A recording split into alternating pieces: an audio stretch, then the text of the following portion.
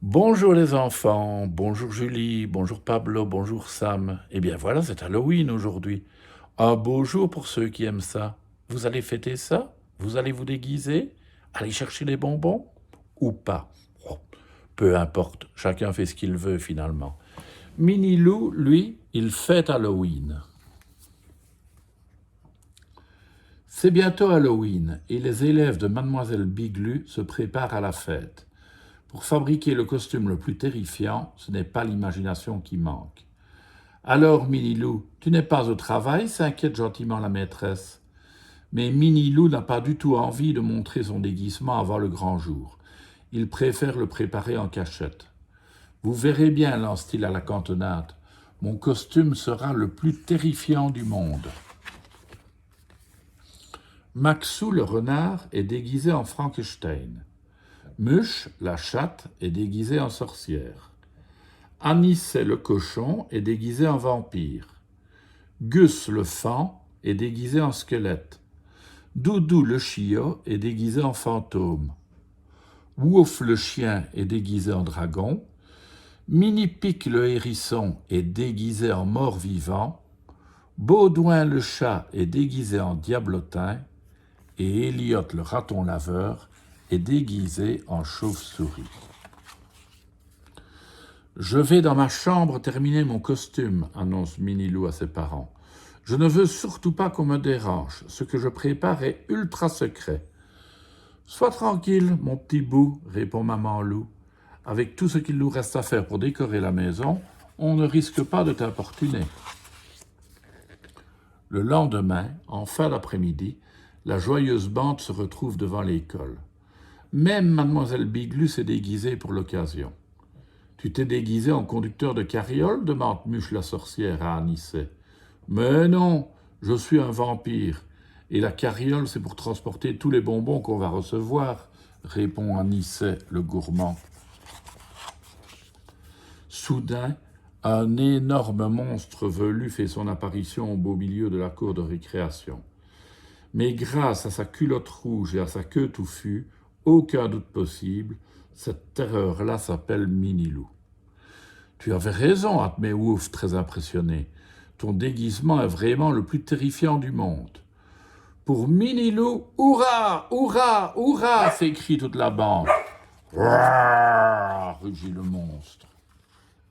Avant la grande expédition, il est indispensable de prendre des forces. C'est de la soupe à quoi demande Mini-Pic déguisé en mort-vivant. C'est un breuvage de sorcière qui rend cruel et invincible, promet mademoiselle Biglu. Pensez au dernier, ne buvez pas tout, supplie Maxou le renard, coincé au bout de la file. Ouah, fait le monstre effrayant. Ah, ce Minilou, quel farceur. Voilà, la fête a commencé. La petite bande déferle sur la ville et les cris résonnent de partout. Rah, schniak, blurk, zimkawet, gnark, gnark. Portes et fenêtres s'ouvrent en grand et tous les habitants félicitent ces chers enfants tellement pleins d'imagination. À chaque fois qu'une porte s'ouvre, les bonbons pleuvent. Minilou et ses amis ont les bras remplis de friandises. Quelle belle récolte, se réjouit Anicet. La troupe déchaînée arrive devant la maison d'Anicet. Pour ne pas être en reste, Papa Cochon bondit sur le muret en hurlant furieusement. L'effet est plutôt raté. Tout le monde le regarde et éclate de rire. Mon cochonnet d'amour, lui lance tendrement maman Cochon. Arrête de t'agiter, c'est mauvais pour ton cœur. Dernière étape avant la fin de la tournée. Tous à la maison de Minilou. Mais là, une incroyable surprise les attend. Dès l'arrivée de la troupe, la porte s'ouvre et Minilou apparaît très excité. « Quoi, vous êtes déjà là ? Quelle catastrophe, je me suis endormi et j'ai raté toute la fête. » Aussitôt, un énorme cri monte de la petite bande. « Si Minilou est là, bégaye Mini-Pic, ça veut dire que ce gros monstre qui nous accompagne depuis le début est un vrai monstre. » Rouah, rugit alors l'énorme bête en agitant ses gros bras velus.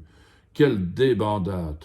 Minilou et ses amis prennent leurs jambes à leur cou et se dispersent dans la nature. Au secours! À moi! Pitié! Avec son boulet de fantôme à la patte, Doudou est bien embêté. S'il avait su, il se serait déguisé en citrouille à roulettes. Après d'interminables et effrayantes minutes, chacun sort de sa cachette.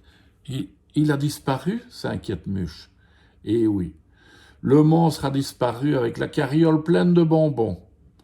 Anicet est désespéré jusqu'à ce que les parents de Minilou apportent l'énorme gâteau d'Halloween plein de délicieuses crèmes sucrées.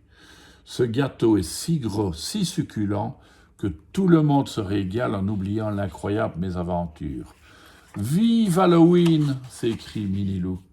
« Vive Halloween !» s'écrie de la même manière le monstre en langage de monstre. Traduction, Grom, Crunch, Flack.